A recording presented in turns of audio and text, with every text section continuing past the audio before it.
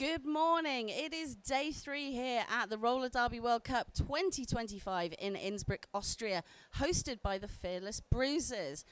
I am Dork Mistress here with the morning show, and I am joined by Rippy Longstocking and Scarlett O'Hurtia. Good morning. Thanks for having us. Good morning. Good morning. Hi. So we thought we'd bring in some special guests this morning because it's been a long 2 days already. It has.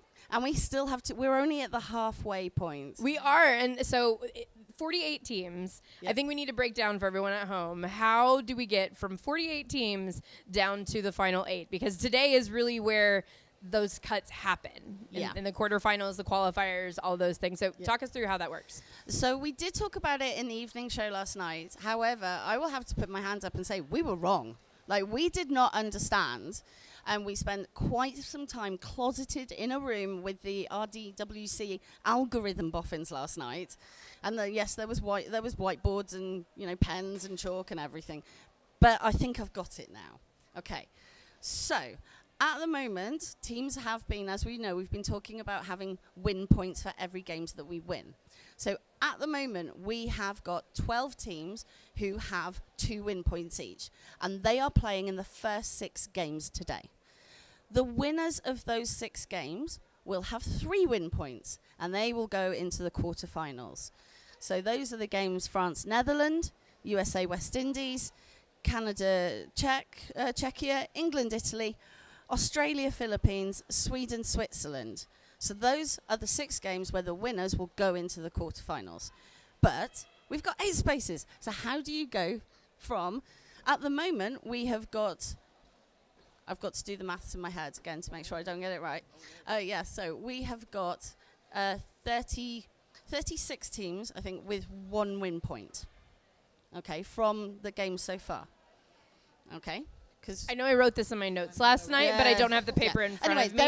There is a large number. Yeah, there is a large number of teams that have 1 win. Okay, and you're going to have some teams here that are going to come out of these first 6 games that will have 2 win points but 1 loss.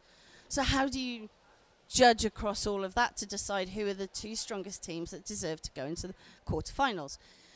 So this is where the win differential that we've also been tracking comes into play, because they've been used during the tournament to develop rankings. So, and the thing is, when you're doing a ranking based on 2 games, I've been assured the data is a bit questionable. But if you get 3 games, the rankings get to be a bit closer, more accurate. Yeah. So the idea is that the following 10 games, the games all before the break, and the first 6 games will be added into the rankings. So there will be a final rankings review at the break today. So that's the sort of 3 to 3:30 break. And the 2 strongest teams that come out of that ranking in that sort of 2 wins but 1 loss will go into the quarterfinals. So this means that it could be anybody from Finland, Belgium, Argentina, Black Diaspora, Jewish Roller Derby, Norway, Mexico, New Zealand, Scotland, Team Indigenous Rising, Spain, Japan, Fuego Latino, Chinese nations, Germany, Portugal, Iceland, and Taiwan can also make it. Explain to us, that's why we can't put the schedule up for everyone right now, right? Yeah. So we will know at about 4 o'clock today who is going into the quarterfinals, because it's these 2 last spots. And so there are going to be some people going, oh, well, the teams after the break don't get to go into that rankings. That's because their current place in the ranking is They've got 2 losses, so that's where they fall. Or they've got 1 win and 1 loss, but their ranking is so low that a win wouldn't take them into consideration for a quarterfinal. 1 win isn't going to give them the points needed in order to be on an even playing field. Yeah. And we know this is super complicated, which is one of the reasons we're doing these conversations. And it's giving us matchups. I mean, you guys have seen the games in the last 2 days. Like, what have been your highlights so far? Oh my gosh. Okay, so the 1 point last jam win for Chile over Colombia was a barn burner. I mean, Yeah. the crowd was amazing. I love seeing how excited those teams were. That was absolutely a highlight. And I know you were also on the Sweden-Argentina call, which was also a really amazing, very close last jam game. Yeah. What about you, Rippy?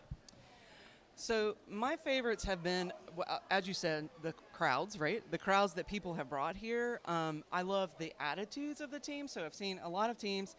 I will not get everyone, okay, because there are just too many. But especially Chinese Nations and Fuego Latino, I'm looking forward to them just because of the attitudes of the teams and the smiles. I love the fans of Netherlands. I think they were awesome. They brought down the roof in this really hot arena. Yeah. They were here for their team Spain. Team Spain brought some great, great crowds. Again, I've only been on a few tracks, so I'm sure I'm missing people. I don't mean to leave you out, but just amazing energy in the room, and that's really what I'm looking forward to. But I was next to you on that game. And that game came about because of the way that we've done this tournament, you know, and I think that's what we're trying to say. It's a little bit complex and unknown, but it's giving us these great close tight matchups on day 2. If we did groups and brackets, we would only be going into the brackets now. It would have been groups for 2 days, and we would have just had completely one-sided pretty much all the way through. I'm really intrigued because I'm not familiar with this tournament structure, and it's really exciting to see a new way of having it done. Yeah. And so today in particular, I'm really looking forward to Mexico, New Zealand, and I'm also really looking forward to, where's the other one? Scotland and Team Indigenous is another one I think I'm really looking at to be a close game. Indigenous have really had a strong performance throughout this tournament. They've been really impressive. And you can see that effort that they've made to compete around North America in the run-up to the World Cup has really paid off for them. Yeah, I'm looking Australia, Philippines maybe. Yeah. I think Philippines has put up a lot of good jamming and blocking. Australia, same. Really showed up with some powerhouse moves. Yeah. So I'm looking forward to that game as well. And again, Philippines, another team that, you know, they've done Yule Stars. They've been going around North America to any tournament that will have them, and it's paying off because they have had some really, really good, strong performances when you compare them to 2018. Yeah, and a lot of these borderless teams weren't saying that some of them have not actually played together. Yeah. I know Team Korea did a lot of their prep virtually. Yeah. And you can see it to a degree when it takes a minute for them to gel on the track. But I will say that there was a very fun stat that came out of Korea, Philippines yesterday, was the average height of the skaters on that track. They were very excited to share this stat with us, that the average height of the skaters between the two teams was 5'3". The shortest skater on both teams was 4'10". Wow. And the tallest on either team, and it was only one player that even got above 5'5", was 5'9" and 5'10", respectively.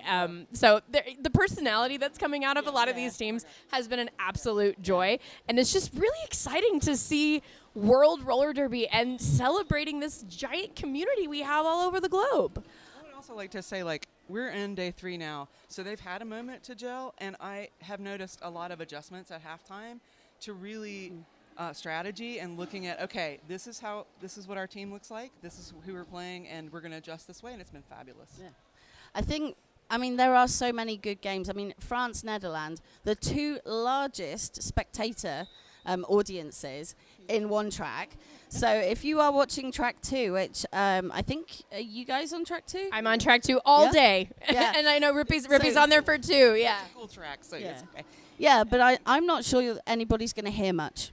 Well, and this is also the last day that we have track 2. Yeah. Because after today, track 2 will no longer be, so that we can open up the main venue at the Olympic level, so to speak, because we are in the Olympic Hall, so that track 1 really gets the attention that it needs tomorrow for the finals and the semifinals and the finals. And that's why we are finishing on track 2 earlier today. There isn't a 5th game because we are starting teardown and rebuild, and we'll be working into the night to make that happen. But I think, for me, Argentina Black Diaspora, that is going to be the game of the day. I'm getting goosebumps. I'm literally got the shivers just thinking about that game. And I think Finland-Belgium as well, because I think Belgium played England yesterday. Maybe didn't get the score they wanted. I mean, they put everything into it, but England were just absolutely dominant. But I think Finland, Belgium, that feels kind of like it could have been a quarter-final. But we get to see it earlier. Who knows? We might get to see it again. So I'm looking forward to those. I think Iceland, Taiwan, I think will be the happiest game on track. I think that will be. That is just going to be fun. Just joy. Just joy of roller derby. Yes, just joy. Yeah. I think also Ireland, South Africa is a bit of a dark horse. I think both teams are stronger than maybe have shown the real strength in their results. I think that might be a tasty one. Austria Vietnam seems like it might be a pretty evenly matched grouping as well. I think I've been really impressed by the story that has come along with Team Slovenia. Yeah. They're the smallest team here, Yeah. 13 players, and there are no cross-offs. Like when I've gone to talk to them and it's saying who's playing, oh no, we're all playing. Yeah. That's just all there is to it. So the fact that they are making it this far is really amazing, and it is really fantastic to see smaller teams, all the heart left out on the track, and the skill that's coming from a lot of these teams as well is really, really impressive, even if they don't have the depth on the bench. And Chile, Korea, I think, quite closely matched teams. Again, both here with such passion. Really want. I mean, I think when you think back to 2018, 2014, there was such a complete disparity between the newly formed teams and the more established teams. I think that's closing. A lot of these teams were in 2018, but some of them weren't. We got 11 new teams, I think 12 new teams in this World Cup. You wouldn't know that some of these were new, and I think that's really surprised me. That is very true. Because this is an overwhelming environment, and if you haven't done before, to walk into a 5-track venue, 4-day tournament as well, I get overwhelmed listening to the anthems. She's not kidding. We've had a fair number of tears. We joked about having a counter on the wall moments since Dork has cried last. Yeah. It is full of emotion, and it really is truly different than any other roller derby experience that I have had personally. And I'm really excited to see the growth of certain regions present at the World Cup. Really, really strong showing from Latin America. Yeah. Some of the Asian teams have been absolutely phenomenal. So this has truly been a celebration of global roller derby, and it's been very exciting. Yeah, I also want to point out the bilingual calls that I think that you guys have been able to put together. So thanks for that. That's amazing. So if you're a person that speaks multiple languages and you're interested in announcing, we actually got trilingual calls for France, Austria. That's right. We did broadcast and house in English, French, and German. And, I think we've got 6 languages represented on the stream because we want to be able to broadcast, in people's languages. Mm-hmm. We were constrained by who applied. I would have loved to have had, somebody with, all of the languages covered, but that's a big ask. Yeah. But it is so important, and the Discord and the engagement we've had from everybody in the Discord has been fantastic. But whenever we broadcast in people's home language, it kicks off. Yeah. And we're just so pleased that we're able to do that, and we're so pleased that everybody's enjoying it. If you haven't engaged with us, we have a Discord community server. It is Roller Derby World Cup 2025. Search for it and you can find it. We've got about 3,500 people on there chatting about the games. Mm-hmm. And it's really busy. And if you're listening to this and you want to watch today's games and Sunday's games, if you go to rollerderbyworldcup.live, you can buy streaming passes for the days, or you can buy for the weekend. But, got to do it now because these 2 days are going to be just incredible. So the final sort of ranking games for the quarterfinals are today. We finish with the quarterfinals in the evening. We will cover that up in the evening show. We'll tell you what happened. Tomorrow morning, so we move into the semi-finals. But we also have some of these leftover games from day 3. We felt it was a bit unfair to do the quarterfinals, semi-finals, and finals on the same day. That's brutal. Yeah. That's just inhumane. Yeah. Especially in this heat. That's inhumane. So we still have 4 games at 9 o'clock tomorrow, and we'll see Wales, Denmark. You know, all the countries you can't see on here today will be playing tomorrow morning for their final game alongside the semis, and then we go into a team parade where the countries get to come out and teams, yeah.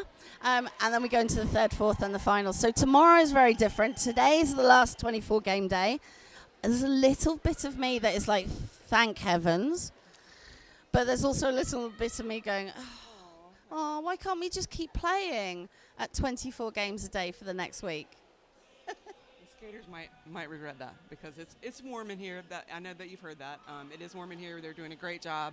We've got medical professionals here that are providing ice and water and that good stuff. So anybody who is posting on the Discord worried about the skaters, we know it is warm. It is warm. I'm very impressed by the number of teams that brought fans, like literal fans as merchandise, and they've been selling like hotcakes. Yeah. I mean, it has been so many clacks, which has been really fabulous. Yeah, there you go, Rippy. Yeah. So tune in again at 8 o'clock Central European Time, 7 p.m. UK, which is 2 p.m. Eastern, I believe. Maths. If it's 2 p.m. Eastern, I'm trying to think what is Central. We're 7 hours behind Central Time. You're 1 behind Eastern. Yeah, no, I was trying to think it like from p.m. It should be 1 p.m. Central, 2 p.m.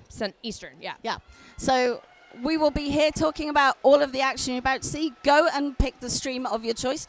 As you can tell, we want to watch everything. I know it's impossible, but we're going to try our best. I've been Dawn Mistress. I'm Scarlett O'Hurt, yeah. I'm Rippy Longstocking.